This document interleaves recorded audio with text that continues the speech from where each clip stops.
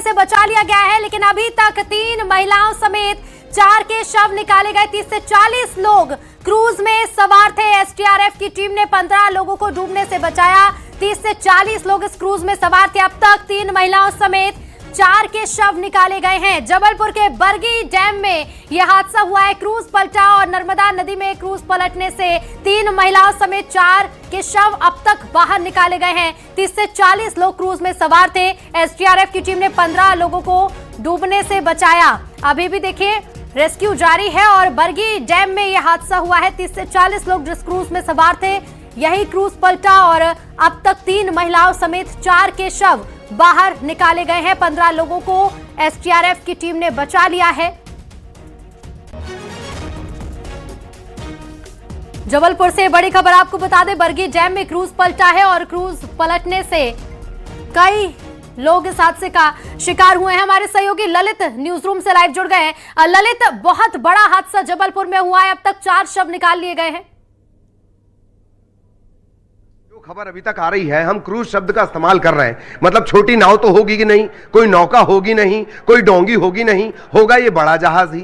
Tourism के लिहाज से ये बेहद इंपॉर्टेंट है। लेकिन हैरानी की बात देखिए आप हैरानी की बात ये है कि जब मौसम में इतना गड़बड़ झाला चल रहा है, मौसम विभाग लगातार अलर्ट जारी कर रहा है, मौसम विभाग की तरफ से हर जगह कहा गया कि आंधी तूफान ओला बारिश होगी, ऐसे दौर में अगर ये क्रूज वहां पर रवाना किया गया तो सिक्योरिटी का जाहिर तौर पर ध्यान रखा जाना चाहिए था।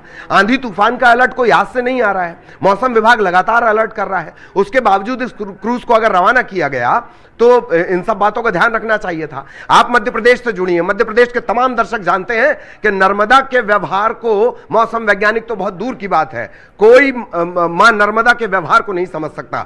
कब मां नर्मदा किस तरह का व्यवहार कहां कैसे कर देंगी वो कोई नहीं जानता। इसके बावजूद ये क्रूज वहां पर रवाना किया गया, ये एक बड़ा ब्लंडर, ऑब्वियसली एक बड़ा ब्लंडर था। अब अभी जैसे जैसे जानकारी निकलकर सामने आएगी तभी ये तय हो पाएगा कि आखिर कितनी किस किस्म की जनहानि हुई है, वजह उसकी क्या रही, कैसे यह हादसा हुआ। लेकिन इतना तय है और बरगी बांध की लंबी चौड़ी हिस्ट्री है। मैं अपने दर्शकों को याद दिला दूं, इसी जनवरी 2026 में बरगी बांध को लेकर, चूंकि ये काफी पुराना है, 5000 मीटर से ज्यादा इसकी मेरा ख्याल लंबाई है और 90 वॉट की यहां पर बिजली परियोजना चलती है। जनवरी में इसकी बांध की सुरक्षा को लेकर चिंता जताई गई है। इसी जनवरी की मैं बात कर रहा हूं, जनवरी 2026 की। जब ऐसी स्थितियां हैं तो टूरिज्म को थोड़े दिन रोक देना चाहिए, और अगर फिर भी टूरिज्म करना जरूरी है, क्रूज चलाना जरूरी है या कोई और गतिविधि करनी जरूरी है तो बेहद अलर्ट रहने की जरूरत थी। और सबसे बड़ा पॉइंट, मौसम विभाग बार बार अलर्ट जारी कर रहा है कि पूरे देश में जो मौसम है वो बदल रहा है, और अब तो नया सिस्टम है मौसम विभाग के पास जो हर घंटे का अलर्ट जारी करता है, उसके बावजूद ये लापरवाही हुई। बिल्कुल ललित, मैं लौटूंगी आपके पास। ये कुछ तस्वीरें भी आई हैं, तस्वीरें दिखा देते हैं दर्शकों को। एक्सक्लूसिव तस्वीरें देखिए, जबलपुर की तस्वीरें हैं, उसी बरगी डैम की जहां पर ये क्रूज पलटा है। 4 लोगों की मौत अब तक हो चुकी है, कई लोग अभी भी लापता हैं। और आप पानी की लहरों को देखकर आप अंदाजा लगाइए कि कितनी बड़ी लापरवाही, जैसा कि ललित भी अभी कह रहे थे कि ऐसे में क्रूज रवाना ही क्यों किया गया। बरगी डैम में क्रूज पलटा है, गहराई यहां की बहुत ज्यादा है, 4 लोगों की अब तक मौत हो चुकी है। ये एक्सक्लूसिव तस्वीरें आप देख सकते हैं, हादसे की बात की तस्वीरें। एसडीआरएफ की टीम मौके पर मौजूद है, तलाश लगातार की जा रही है क्योंकि बताया जा रहा है करीब 30 से 40 लोग इसी क्रूज में सवार थे। 15 लोगों का सुरक्षित उन्हें बाहर निकाला गया। एसडीआरएफ ने 15 लोगों को डूबने से तो बचा लिया, लेकिन अब तक 4 शव भी बाहर निकाले जा चुके हैं।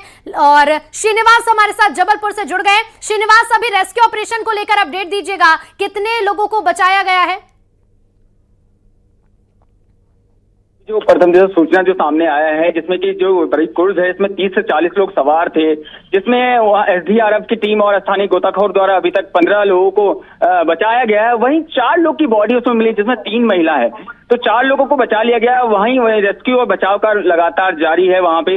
और ये भी अभी सूचना ये मिली कि वहां पे जो पीडब्ल्यूडी मंत्री राकेश सिंह वो भी वहीं पे मौके पहुंच रहे हैं, वहां पे जायजा लेने के। साथ ही साथ जो प्रशासनिक अधिकारी है मौके पे, वो पुलिस के अधिकारी मौके पे डटे हुए हैं, लगातार जो इस पे नजर बनाए हुए हैं और लगातार रेस्क्यू ऑपरेशन चल रहा है। इससे साफ तौर पे जाहिर हो रहा है कि जिस प्रकार से यह हादसा हो, क्योंकि देखिए आज ही बताया गया था मौसम खराब है, जिसमें तेज आंधी और तूफान के साथ कहीं ना कहीं यहाँ बारिश भी हुई थी, और ऐसी स्थिति में वहां पे क्रूज को चलाया जा रहा था। और जो एक्सक्लूसिव तस्वीर आप देख रहे हैं उसमें साफ तौर से डूबते हुए दिखाई दे रहा है। उसमें आप देखिए बीच में डूबता हुआ क्रूज दिखाई दे रहा है जिस प्रकार से, तो देखिए इतना लहरें और इतनी बहाव, उसके बावजूद इस प्रकार से उनको ले जाना कहीं ना कहीं जान जोखिम में डालने वाली बात थी। हालांकि अभी तक ये स्पष्ट नहीं हो पाया कि जो क्रूज में उसमें सेफ्टी जो जैकेट है वो उनको पहनाया गया था कि नहीं पहनाया गया, किस प्रकार से ये हादसा हुआ अभी स्पष्ट तो नहीं हो पाया है। लेकिन जिस प्रकार से अभी बचाव कार्य चल रहा है, सर्वप्रथम जो अधिकारियों का कहना है कि बचाव कार्य में साफ तौर पे जो वहां पे जो डूबे हुए हैं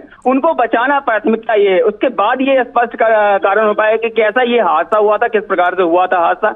हालांकि अभी जो भी हो, जिनको निकाला गया उनको प्राथमिक उपचार के लिए अस्पताल भी पहुंचाया जा चुका है। बहरहाल अभी क्योंकि अंधेरा हो चुका है, अंधेरा होने का रेस्क्यू में थोड़ी सी परेशानी जरूर जा रही है, लेकिन सर्च लाइट और इसके माध्यम से लगातार की जा रही है।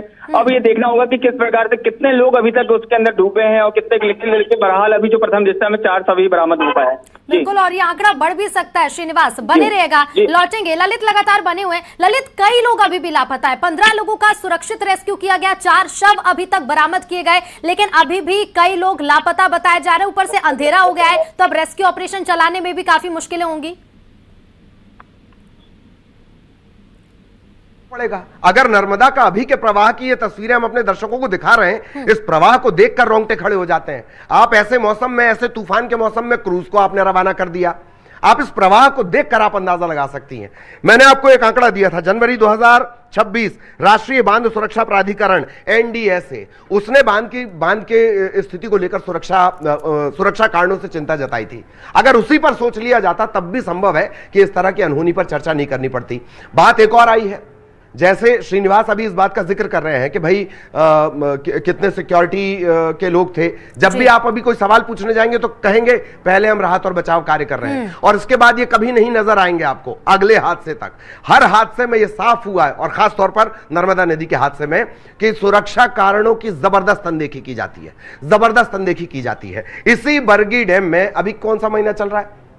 अभी चौथा महीना चल रहा है। इसी बरगी में अगर पिछले 4 महीने के आप हादसे उठाकर देखें, छोटे मोटे 4 से 5 हादसे हो चुके हैं यहां पर। इसके बावजूद ये लापरवाही बार बार बरती जा रही थी। अधिकारी जवाब नहीं देंगे, गलती के बाद ये कभी जवाब नहीं देते हैं। पहले ये कहते हैं हमको रेस्क्यू करना, बाद में कहते हैं हमने बहुत तेजी से काम किया। इतनी जानें चली जाती हैं, ये इतना तेजी से इनका काम होता है।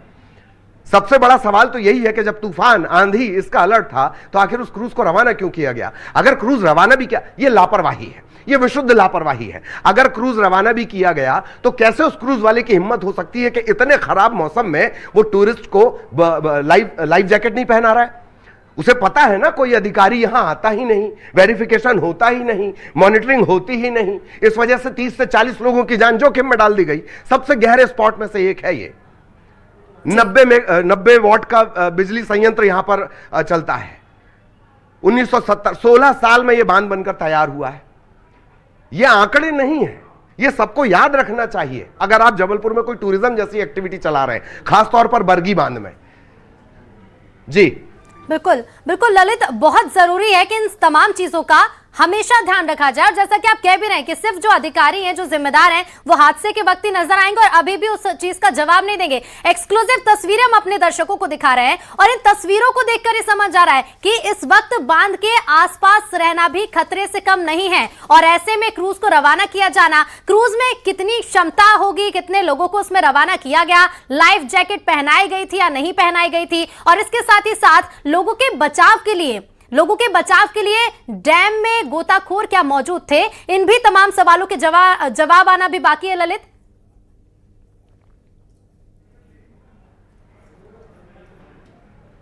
बिल्कुल आप सही कह रही हैं, बहुत सारे सवालों के जवाब आने बाकी हैं। हम भी ये चाहते हैं कि राहत और बचाव कार्य हो और बहुत तेजी से हो, कम से कम जानकारी लगे।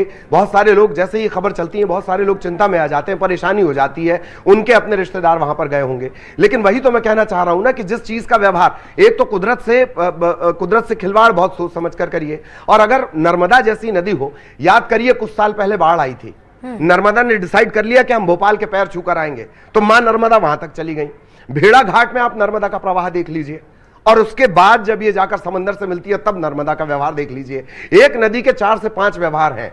मैं कह रहा हूं सारी नदियों से एक तो उल्टी दिशा है, और उन सब के ये सब बातों का ध्यान रखा जाता है जी। एसडीआरएफ की ट्रेनिंग में ये सब बातें होती हैं, एनडीआरएफ की ट्रेनिंग में ये सब बातें होती हैं, जो वहां पर क्रूज चला रहा होता है उसकी ट्रेनिंग में ये सब बातें होती हैं। जो कंपनी वहां पर ठेका लेती है उसकी ट्रेनिंग में ये सब बातें होती हैं, ये सारी चीजें सिखाई जाती हैं। उसके बावजूद कैसे कदम कदम पर लापरवाही बरती गई। अभी लगातार वहां पर रेस्क्यू ऑपरेशन चल रहा है, एसडीआरएफ की टीम पहुंच गई है। अब जैसे आप एक बड़े पॉइंट का आपने जिक्र किया कि भाई शाम हो गई है, मौसम खराब है, रेस्क्यू ऑपरेशन आपको चलाना है, और कभी इनके पास रस्सा, सामान, life jacket, boat, speed boat कभी एक जगह प्रॉपर नहीं होती है। क्या इसीलिए एसडीआरएफ साल भर वो मॉक ड्रिल करती है कि जब जरूरत पड़े तब इनके पास सामान ना मिले? बहुत सिली सी मिस्टेक्स आपको नजर आएंगे। हमारे पास रस्सी नहीं थी सर, मोटर बोट नहीं थी, बड़े बड़े बल्ब नहीं थे, हम रात को ढूंढ नहीं पाए। जबकि साल भर ये लोग मॉक ड्रिल करते हैं, एनडीआरएफ एसडीआरएफ मिलकर, कि इसी स्थिति से निपटने के लिए आपको ट्रेंड किया जाता है ना। आपात स्थिति क्या होती है? आपात स्थिति फोन करके थोड़ी आएगी एसडीआरएफ के अधिकारी को कि मैं आ रही हूं, सावधान रह जाओ। इन सबके लिए तैयारी होती। ऐसी स्थिति में बरगी डैम में अगर आपको शाम होने के चलते रेस्क्यू ऑपरेशन रोकना पड़े, इससे ज्यादा शर्म एसडीआरएफ के लिए कुछ नहीं होगी आज की डेट में। जी बिल्कुल, अभी लगातार रेस्क्यू ऑपरेशन जी प्लीज। बिल्कुल, और ज्यादा होगा तो कह दिया जाएगा कि लहरें इतनी तेज थी कि रेस्क्यू ऑपरेशन करने में थोड़ी देरी हुई या फिर काफी मुश्किलें भी हुई, और उन्हीं लहरों की बात की जाएगी जिन लहरों के बीच क्रूज को रवाना किया गया था। जी जी, जाहिर तौर पर यही सब, और आपको इतना हास्यास्पद हो जाता है इन परिस्थितियों में जो तर्क आते हैं, लेकिन चूंकि इंसान होने के नाते, आस्था नर्मदा नदी के प्रति होने के नाते, हम सभी सब कुछ भूलकर सिर्फ इस पर ध्यान देते हैं कि रेस्क्यू ऑपरेशन जल्द से जल्द हो जाए, हमें जानकारी मिले, उन लोगों की जानकारी मिले जिनके परिजन जबलपुर गए होंगे, जिनके परिजनों ने कहा होगा कि हाँ आज हम बरगी डैम घूमने जा रहे हैं, उन सबकी जानकारी मिले। इसी वजह से सारा फोकस जो होता है हमारा भी रेस्क्यू ऑपरेशन पर होता है। पर ये सवाल इस सबके चक्कर में अनदेखे रह जाते हैं। श्रीनिवास भी लगातार हमारे साथ बने हुए हैं। श्रीनिवास, मेरी आवाज आप तक पहुंच रही हो तो क्या कुछ अपडेट है इस वक्त आपके पास? चलिए श्रीनिवास से भी संपर्क करेंगे। ऋतु भी लगातार है, ऋतु जिस तरह से जानकारी दे रही है, ये बड़ा की पॉइंट है कि अब शाम होने को आई है और शाम होने के चलते जाहिर तौर पर रेस्क्यू ऑपरेशन में देरी होगी, लेकिन कोशिश अभी जो की जा रही है, जो अब तक जानकारी मिली है कि कुछ शव बरामद हुए हैं, लेकिन जो आंकड़ा बताया जा रहा है वो डरा देता है, अंदर से कपा देता है। क्रूज साइज में भी क्रूज बड़ा होता है, टूरिज्म को हम बढ़ावा भी दे रहे हैं, और टूरिज्म को बढ़ावा देने के चलते 30 से 40 लोगों के सवार होने की बात कही जा रही है। कोशिश यही है कि जल्द से जल्द ये जानकारी आए किस तरह से रेस्क्यू ऑपरेशन चल रहा है, और इन लहरों को देखकर आप अंदाजा लगा सकते हैं, इन तस्वीरों को देखकर आप अंदाजा लगा सकते हैं कि किस कदर जो नर्मदा का वेग है वो प्रचंड है। नर्मदा की बनावट इस तरह से, एक तो उल्टी दिशा में नर्मदा का प्रवाह है, नर्मदा का प्रवाह उल्टी दिशा में होने के चलते पानी की संख्या जैसे ही आती है नर्मदा का प्रवाह एकदम तेज हो जाता है। मैं बार बार भेड़ाघाट का जिक्र क्यों कर रहा हूं?